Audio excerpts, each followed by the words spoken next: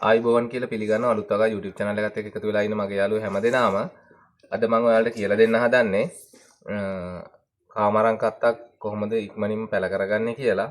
ඔයාලට පේනවා ඇති මම හොඳ නිරෝගී ගහකින් කාමරම් කත්තක් අරන් තියනවා. දැන්ට හොඳට ගෙඩි හැදෙන ගහකින්.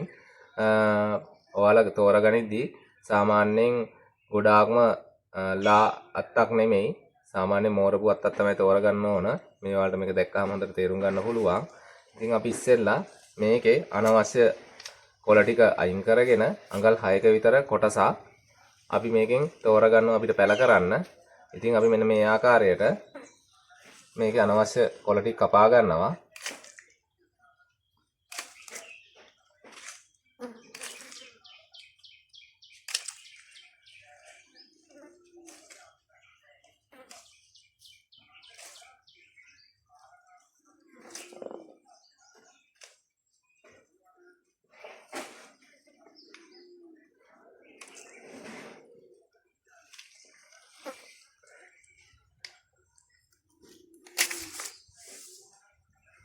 අපි මේ වගේ කොටසක් අරන් තියෙනවා. මේකේ අපි අඟල් 6ක වගේ කෑල්ලක් තියාගෙන අපි මේක මේ ආකාරයට හරස් කැපුමක් දා ගන්නවා. ඔයාලට පේනවා ඇති. මෙන්න මේ ආකාරයට.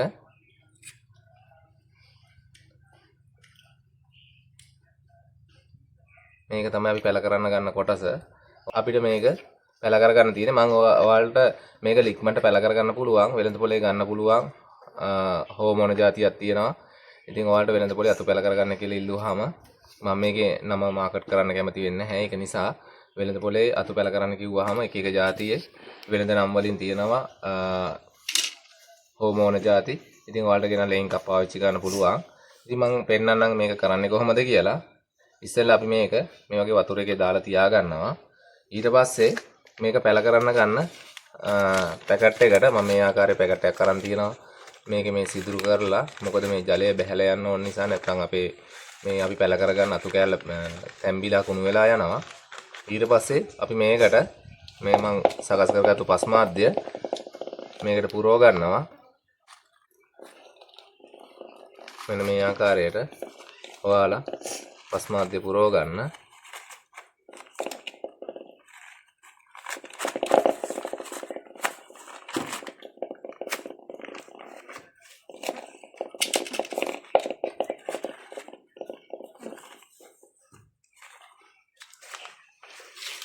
ගන්න අවශ්‍ය පස්මාද්‍ය පුරවගෙන තියෙන මේ පැකට් එකට ඊට පස්සේ අපිට තියෙන්නේ මේ දඬු කෑල්ලේ අවශ්‍ය හෝමෝන ගල්වලා මේකේ හිටවන්න.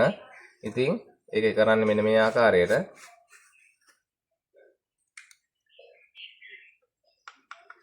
අපි මේ පෙඟෙන්න තියාගත්තු දඬු කෑල්ලේ අඟල් භාගයක වගේ කොටසක මේක හොඳට මේ හෝමෝනේ තැවරෙන්න මෙන්න මේ ආකාරයට ගිල්වලා මේ වලට පේනවා ඇති. අපි මේක කෙලින්ම මේකේ මෙහෙම ගහන්නේ නැහැ. අපි මෙහෙම ගහන්නේ නැහැ. එහෙම වුණොත් මේකේ තියෙන මේ ගෑවිච්ච හෝමෝන ටික මේ පස් වලට එකතු වෙනවා. ඒක නිසා අපි මේක මෙහෙම සිදුරු කරලා ඊට පස්සේ තමයි අපි මේක සෙමින් මේ ආකාරයට තියලා මේක පස් මාධ්‍යයෙන් වහගන්නේ. දැන් ඔයාලට පේනවා ඇති. අපි මෙන්න මේ ආකාරයට තමයි මේක හිටව ගත්තේ. ඊට පස්සේ අපි මේක විනිවිද පේන ඉටි කවර් එකකින් මේ වහලා තියා ගන්න ඕන. ඊට කලින් අපි මේකට ජලය එකතු කරලා මේ ආකාරයට ජලය එකතු කරලා ඊට පස්සේ අපි දැන් මේ හිටවගත්ත පැලය මේ වගේ විනිවිද පේන ඉටි කවරයක් අරගෙන ඔයාලට පුළුවන් මේ බෝතලයක් උනත් අරගෙන මේක ආවරණය කරගන්න. මේ ආකාරයට අපි මේක වහගන්නවා. වහගෙන අපි එවන තියෙන ස්ථානයක තමයි මේක තියන්නේ. එවන තියෙන ස්ථානයක දවස් 21ක් විතර තියෙනකොට ඔයාලට දැක ගන්න පුළුවන් මේකේ පොඩි දලු එක දෙක වර්ධනය වෙනවා. ඉතින් එතකොට අපි තව ටික දවසක් ඒක ඒ විදිහට තියලා තමයි අපි ශේත්‍රේ හිටවගන්නේ. ඊට පස්සේ අපි මෙතෙන්ට රබර් පටියක් හරි නූල් කෑල්ලකින් හරි මෙහෙම ගැට ගහලා ඊට පස්සේ අපි මේක දැඩි රේලිය ලැබෙන්නේ නැති හෙවණ තියෙන ස්ථානයක මේක තියලා තියෙනවා. ඊට පස්සේ ඔයාලට මේක අරගෙන ශේෂ්ත්‍රයේ හිටවන්න පුළුවන්.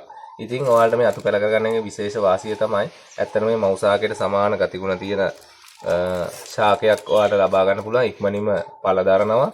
ඉතින් ඒක නිසා ඊටමත් සාර්ථක ක්‍රමයක්. ඔයාලා කරලා බලන්න.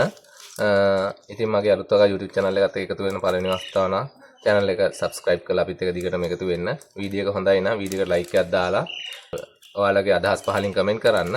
ඉතින් අපි අලුත් වීඩියෝ එකකින් හම්බ වෙමු. ඔයාලා හැමදෙනාටම ජය වේවා.